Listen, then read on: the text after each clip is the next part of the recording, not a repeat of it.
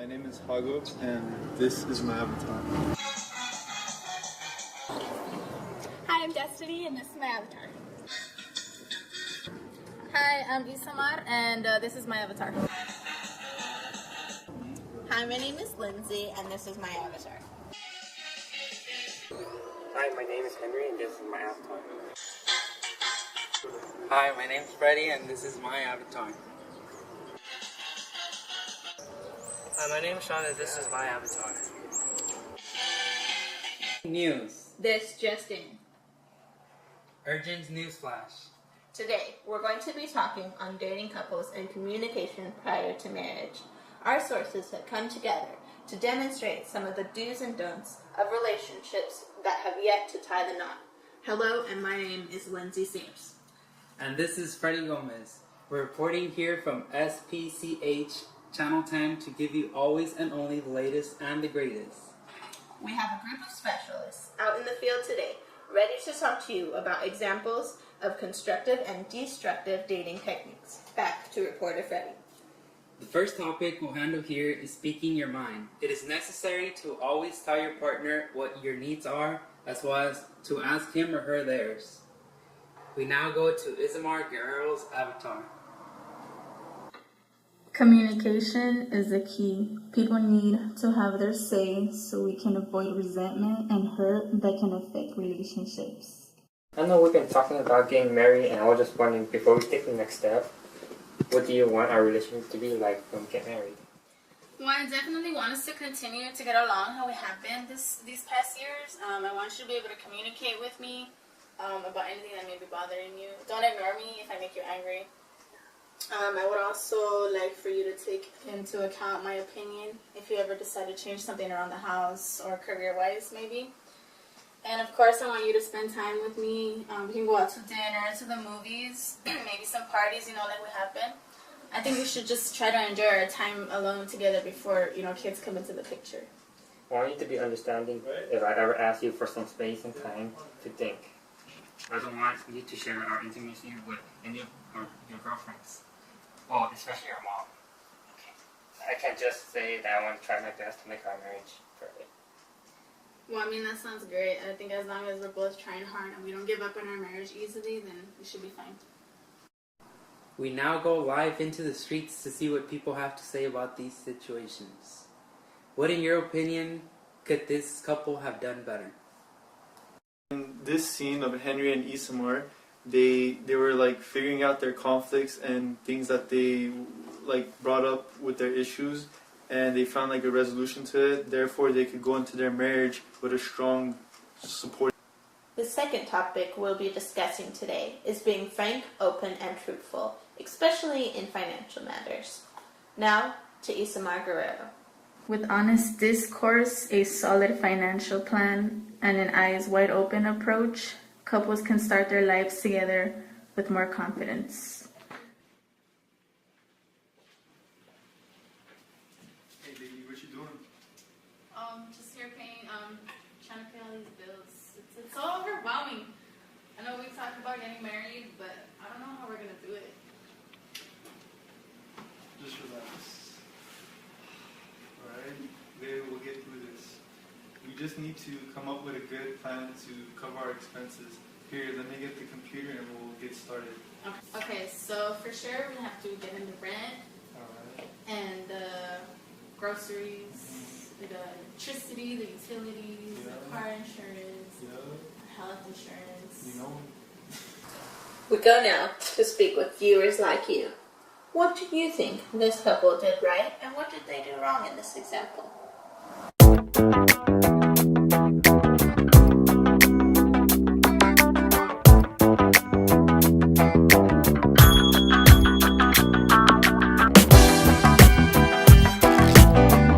The third subject we're examining is shared common interest and its importance in the simple day-to-day lives of those in committed relationships.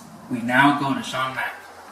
Always find all the common interests before setting yourself with your partner when you marry.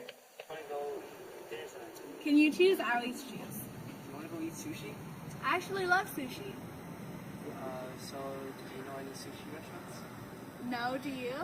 Oh, I used to go to this one sushi restaurant when I was little. Every Sunday. Cool, I'd love to see where you went when you were a kid. Okay, let's go. Okay.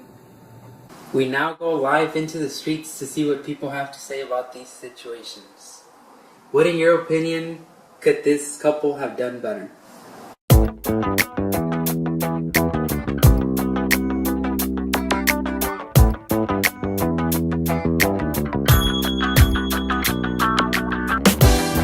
The fourth topic is from consultant Haga Bagdasarian on how to focus on the positive. Negative behavior patterns early in a relationship can be a big red flag. Notably, with the exception of commitment, the literature to date has focused more on the presence of negative aspects of relationships, how often arguments occur, rather than the absence of positive aspects of relationships. Hey babe, Hey babe, I just want to tell you about my date today. how was your day? It was actually really good. We went to the mall with Monica and we bought some Juicy Couture purses. Yeah? You're not listening to me. Yes I am. You guys are talking about like getting your nails done and stuff, you know, typical girl stuff. I'm not even talking about getting our nails done. I didn't even mention that. You Oh my goodness, did. it's always the same problem with you. Oh! Hey baby, I just wanted to say I'm sorry I wasn't listening to you. I really am. And from now on I'm going to start listening to you. And I got you these flowers. You promise. I promise. Okay. Thank you. We go now to speak with viewers like you. What do you think this couple did right, and what did they do wrong in this example? Isamar's and Hago's part, I think Hago should have listened to Isamar in the first place, and Isamar shouldn't have gotten mad that easily. The fifth topic on our roster is thinking of the future. Spending and saving plans are an integral part of ironing out possible future relationship wrinkles. We now go to Destiny Hernandez. Don't talk about money unless you're married. It's no surprise that people try to avoid conversations about cash. Experts say money is one of the top 3 hot button issues for couples, but it's important to find out if you're on the same page financially before you get hitched. If you're a committed couple, you don't talk or fight respectively about money issues while you're dating. There will be a fight at some point, a potential splitting over these issues. There's no need to bring up your 401k on the first date, but you should definitely disclose whether financial baggage you're bringing into the relationship before things get serious. Whether you're saddled with serious student loans or you regularly change your phone number to avoid the good folks at MasterCard, come clean and encourage your guy to do the same. Bring up money issues from the perspective of no secrets and we are in this together, so there won't be any surprises down the road. Hey babe, how's it going? Hey, how are you? Good, you? Good. Good. So listen, I was kind of thinking to myself, like, you know, like we should move in together before marriage and just kind of like see how things go and just like go from there. What do you think? I think that's a really good idea. I've always wanted to live with someone before I marry them, just because I feel that we really need to take advantage of our engagement and that we could use this time to really learn what it's like to be with each other 24/7 before taking the huge step of marriage. I totally agree, and I'm happy that you agree with me.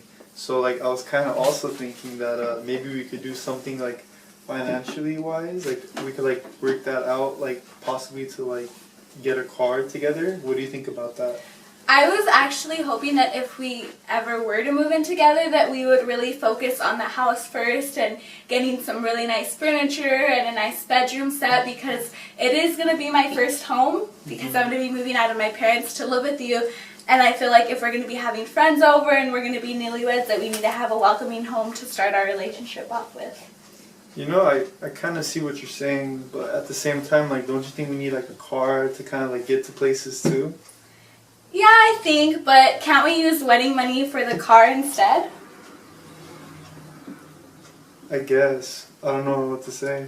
Okay, what about this?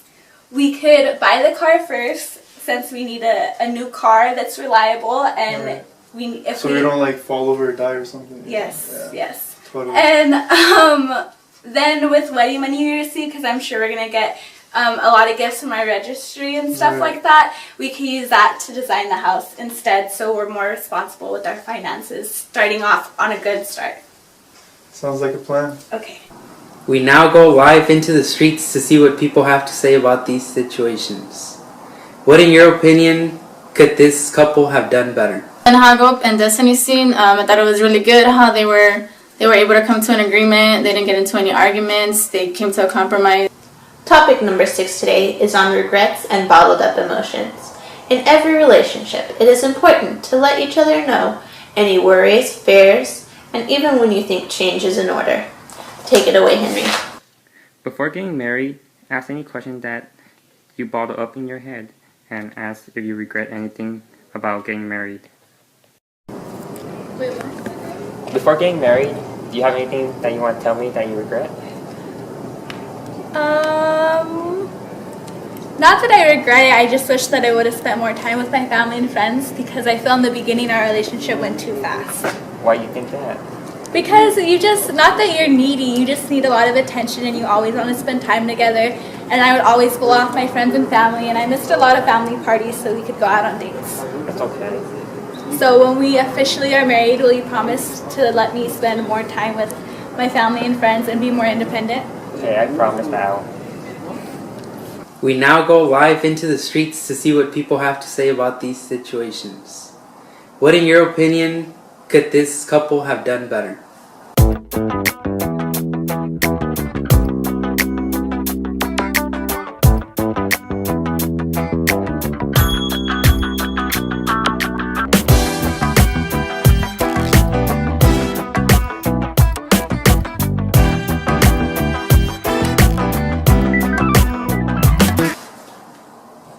Getting to know someone takes work. Everyone has skeletons in their closet. The key is not to hide them. It is vital to be aware of the irreversible ramifications dishonesty may yield in a relationship. Before you tie the knot, lay it all out for your partner to see. What you owe on credit cards, vehicle, and student loans, and any other debt. Don't hide anything, as that's really getting off on the wrong foot. Good morning. I'm going to leave to work right now. Don't forget your coffee. See you later. Thank you. I'll see you after work. Is this Sean Mack's residence? Yes. It's for you.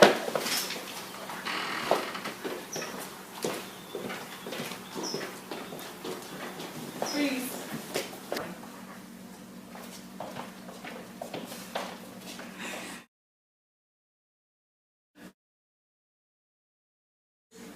Sean, where are you? The IRS showed up to your house and took everything. They said you haven't paid taxes in 5 years. What do you mean? Why didn't you communicate this to me before? We go now to speak with viewers like you. What do you think this couple did right, and what did they do wrong in this example? I think it would have been better if the guy would have consulted the girl about his financial issues. It would have saved them a lot of problems. Topic number 8. Money isn't everything. Getting to know how your partner gives and receives love, helping them know they're appreciated, and being thoughtful are a few of the most important ways a person can feel fulfilled in love. Listen to actions, not just words. What do actions tell you about what kind of person this is and what kind of feelings he or she has for you? The things you do and the way you treat each other communicate huge amounts of information.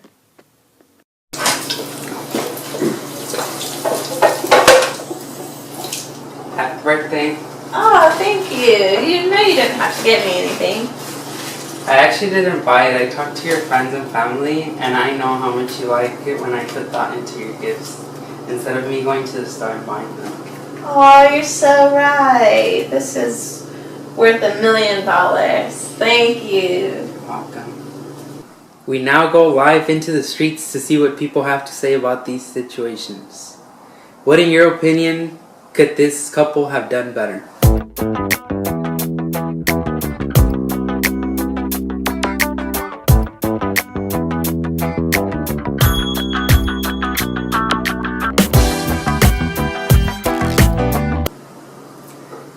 Topic number 9 today is that love is not a game.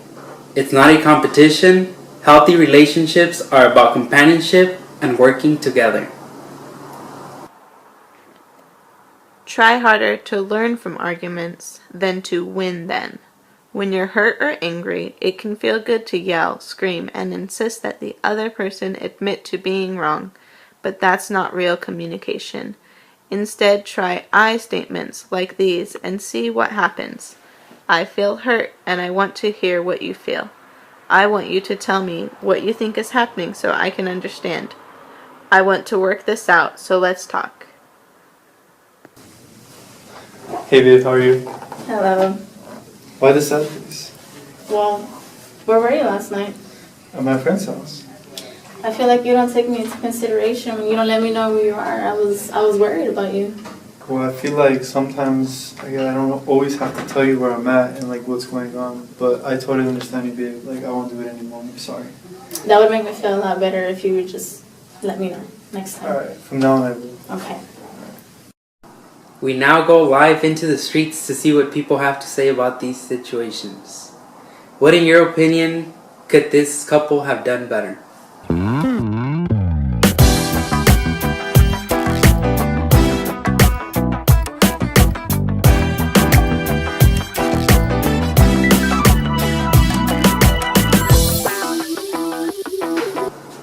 Last but not least is advice and example number 10. Negative communication tactics and hurtful actions can sometimes be more damaging than positive displays of affection are healing. Avoid having to rectify your partner's hurt feelings by evading aggressive behaviors in the first place. Negative communication behaviors such as blaming, threatening, name-calling, and criticizing are found at higher rates in physically aggressive dating relationships versus non-aggressive ones. Individuals reporting physical aggression in their dating relationships also report poor overall communication skills, and some data suggests that male positive communication, such as agreeing, approving, smiling, laughing, and compromising, is related to lower levels of physical aggression, and male negative communication behaviors, such as complaining, criticizing, disagreeing, and putting down, are related to the presence of physical aggression in dating relationships. So, why did you leave your mess for me to clean up today? Oh, because I was in a rush to go on a business trip with my coworkers. You know, you left your phone at home and a text message came and it was from a girl. Oh, she was just one of my coworkers. Yeah, and I was in a rush, so I kind of forgot about my phone. I feel like you're very inconsiderate. I feel like I'm tired of your dirty habits. I'm tired of having to do things for you. I'm tired of you lying. I don't like it. Oh, I'm sorry. I'll try and put in more effort, trying to help you around the house and... Whatever. You're such a jerk. We now go live into the streets to see what people have to say about these situations. What, in your opinion, could this couple have done better? In this scene, she was a bit too harsh, and she could have been more polite and more understanding.